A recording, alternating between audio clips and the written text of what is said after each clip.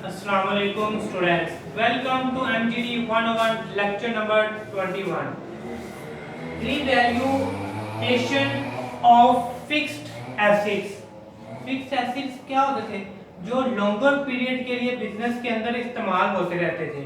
तो जब longer period काफी सालों तक इस्तेमाल होते रहने हैं तो आपको पता है हमारे जैसे मुल्कों के अंदर क्या रहता है, इन्फ्लेशनरी कंडीशन रहती है। कभी रेट हाई होते हैं, कभी लो हो जाते हैं। तो इस सूरत में ये सवाल पैदा होता था कि जो फिक्स एसेट की रीवैल्यूएशन करनी है वो कैसे की जाए। कभी जिस कीमत में हमने खरीदा होता है हफ्ते बाद ही कीमत या तो ज्यादा हुई होती है या कम हुई होती है। तो फिर ये देखा गया कि एसेट फिक्स एसेट की रीवैल्यूएशन कैसे की जाए। इसके लिए एक तरीका निकाला गया। वो क्या तरीका निकाला गया?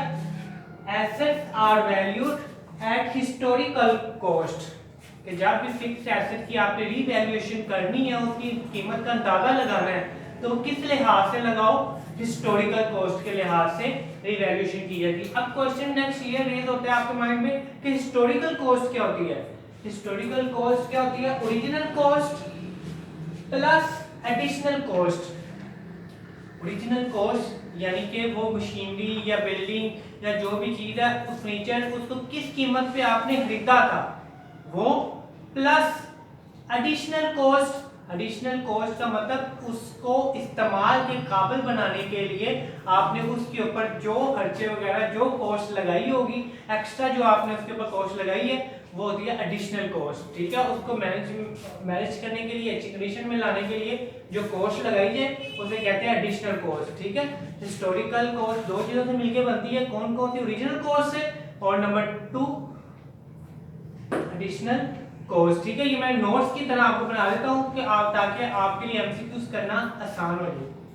अब अगर तो एसेट्स की हमने रीवैल्यूएशन कर ली है, अगर तो हमने एसेट्स की रीवैल्यूएशन की है, वो ग्रेटर देन आ गया ओरिजिनल कॉस्ट से, यानी कि जो उसकी ओरिजिनल कॉस्ट थी उससे ज्यादा हमारी जो भी रीवैल्यूएशन की जो कॉस्ट है वो बढ़ गई है, तो इस मीन कि हमें फिर क्या हो रहा है? प्रॉफिट हो रहा है।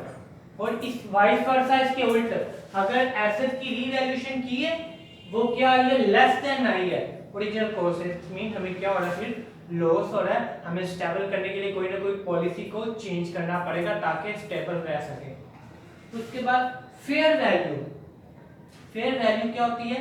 ऐसी वैल्यू जिसके ऊपर जो अगली पार्टी है वो कोई चीज लेने के लिए एग्री हो जाए। At which assets would bring to management, जो मैनेजमेंट के पास भेजा जाए, when sold party in a fair deal, ताकि उसके पास फेयर डीलिंग हो जाए थर्ड पार्टी के साथ जिस वैल्यू पे, उसे कहते हैं फेयर वैल्यू, जिस पे वो मान जाए। रूल्स फॉर रिवैल्यूएशन, ये आपने तो रीड कर लेने हैं कि रिवैल्यूएशन करने लगी क्या क्या चीजें मद्देनजर रखनी है। कैपिटल एक्सपेंसेस, ये पीछे काफी दफा हमने पढ़ लिया है, कैपिटल एसेट, कैपिटल एक्सपेंसेस क्या वगैरह वगैरह। फिर ये दफा रिपीट कर लेते हैं। कैपिटल एक्सपेंसेस क्या होते हैं? Enjoy benefit more than 1 year. ऐसे एक्सपेंसेस, ऐसी जगह पे एक्सपेंसेस करना जिस चीज से हम बेनिफिट काफी सालों तक, लॉन्गर पीरियड तक लेते रहे। फॉर एग्जांपल कार के ऊपर बिजनेस ने खर्चा किया है तो क्या कार 1 साल के लिए रहेगी? वो एक अनफॉर्चुनेटली है कि खराब हो जाए, एक्सीडेंट हो जाए, बट रियलिटी के अंदर ऐसा हमेशा नहीं होता। कार क्या करेगी? काफी सालों तक बिजनेस को फायदा देती रहेगी। इसी तरह रेवेन्यू एक्सपेंसेस, इसके enjoy benefit less than 1 year, यानी कि ऐसी चीज जो हमें लेस देन 1 पीरियड के लिए बेनिफिट प्रोवाइड करे, उससे एक्सपेंसेस को क्या कहेंगे? Revenue expense. For example stationery, business के अंदर जो डेली के डेली छोटे मोटे खर्चे वगैरह किए जाते हैं, चाय वगैरह, कॉफी वगैरह, तो ये सारे एक्सपेंसेस कौन से होते हैं? Revenue expenses. Distinction between capital and revenue expenses, ये लॉन्ग क्वेश्चन है तो ये एक दफा आपने रीड कर लेना है कि बेस यही है, बस आपने एक्सप्लेनेशन के लिए एक दफा इनको पढ़ लेना है कि जब वो मिड टर्म के अंदर इसको दे ताकि आपको पता हो। डेफर्ड एक्सपेंसेस, अभी मैंने क्या बताया था कि रेवेन्यू एक्सपेंसेस क्या होते हैं? हमें लेस देन 1 पीरियड के लिए बेनिफिट देते हैं, लेकिन ये तो सिर्फ हम क्या लगा रहे होते हैं? एस्टिमेट लगा रहे होते हैं। लेकिन अगर तो कोई ऐसे रेवेन्यू एक्सपेंसेस जो हमें बेनिफिट मोर देन 1 ईयर तक के दे, तो उन वो रेवेन्यू एक्सपेंसेस बदल जाते हैं डेफर्ड एक्सपेंसेस के अंदर। Revenue expenses provide benefit more than 1 year. ठीक है, रेवेन्यू एक्सपेंसेस हमें बेनिफिट देते हैं लेस देन 1 ईयर के लिए। अगर तो वो रेवेन्यू एक्सपेंसेस जिनको हमने लिखा था वो हमें बेनिफिट देने लग गए ज्यादा, 1 साल से ज्यादा के लिए बेनिफिट देने लग गए, तो फिर हम उन्हें रेवेन्यू एक्सपेंसेस नहीं कहेंगे बल्कि क्या कहेंगे, डेफर्ड एक्सपेंसेस। अब इनको लिखना कैसे है, पहले तो ये शो होंगे बैलेंस शीट के अंदर स्टार्टिंग पे, किताब आप और पता नहीं हो, उसके बाद ये कहां से चार्ज किए जाएंगे, प्रॉफिट एंड लॉस काउंट के अंदर। इसी तरह प्रीपेड एक्सपेंसेस, प्री का मतलब तो पहले, पेड का मतलब अदा कर दिए, प्रीपेड एक्सपेंसेस ऐसे एक्सपेंसेस जो हमने पहले पे कर दिए, अभी उनसे बेनिफिट नहीं लिया लेकिन उनकी पेमेंट कर दी हुई है।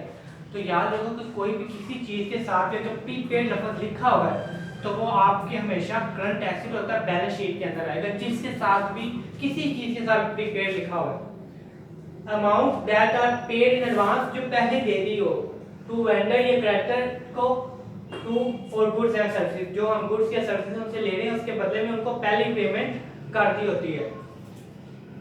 इट इज करंट एसेट, ठीक है, ये हमेशा करंट एसेट होते हैं। और क्या लाइक इंश्योरेंस का क्या मतलब, फॉर एग्जांपल इंश्योरेंस की किस्त है वो हम क्या करते हैं, पहले देते हैं लेकिन बेनिफिट उसका बाद में लेते हैं, फिर पैसे उसकी पहले पेमेंट कर देते हैं। Capital receive, it is non recurring, non recurring का मतलब कि जो बार बार रिपीट नहीं होते, ऐसे एसेट्स या ऐसी एक्सपेंसेस वगैरह जो बार बार रिपीट ना हो, एक ही दफा सिर्फ किए जाएं। And whose benefit enjoyed over longer period, capital receive क्या, जो नॉन रिकरिंग यानी कि बार बार रिपीट ना हो, एक ही दफा हो और एक दफा किए हो लंबे अरसे तक बेनिफिट दें। फॉर एग्जांपल कैपिटल इन्वेस्ट, किसी बिजनेस के अंदर हमने कैपिटल को इन्वेस्ट किया है तो हर हफ्ते बाद हर महीने बाद तो नहीं कैपिटल इन्वेस्ट करते रहते, एक ही दफा ही करते हैं ना, बाद में सालों बाद करने पड़ते जब जरूरत पड़े, तो इन्हें क्या कहते हैं, कैपिटल रिसीव। इसी तरह लोन बैंक वगैरह से लिया, लोन मोर देन 5 इयर्स के लिए या 2 इयर्स के लिए 1 ईयर के लिए लिया जाता है, तो ये क्या रोज तो नहीं लिया जाता, तो ये भी कौन सा होता है जो एक ही दफा लिया जाए, बार बार रिपीट ना हो। कैपिटल रिसीव, रेवेन्यू रिसीव इसके उल्टा आ गया। व्हिच आर रिकरिंग, जो बार बार रिपीट होते रहते हैं, और which are available day to day, यानी कि जो आए दिन एक्सपेंसेस कहते हैं। रेंट हर माह बाद देना ही देना है।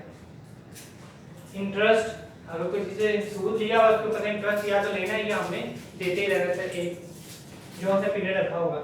एग्जेम्पशंस, छूट, ये होती है depending upon the size of expenditure and policies of organisation, ये ऑर्गेनाइजेशंस की डिपेंड करती है कि उसने किन चीजों के ऊपर से छूट देनी है और किन चीजों के ऊपर से छूट नहीं देनी। और वो कुछ एक्सपेंसेस हैं जो पहले तो कैपिटलाइज्ड होते हैं लेकिन बाद में क्या होते हैं, प्रॉफिट एंड लॉस।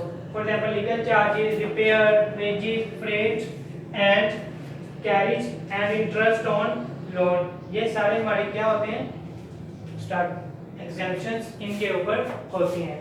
ठीक है स्टूडेंट्स, यहाँ तक तो हमारा लेक्चर हो गया खत्म। फिर भी अगर आपको कोई भी प्रॉब्लम हो तो आप कमेंट्स में मुझसे पूछ सकते हैं या जीमेल पे पूछ सकते हैं।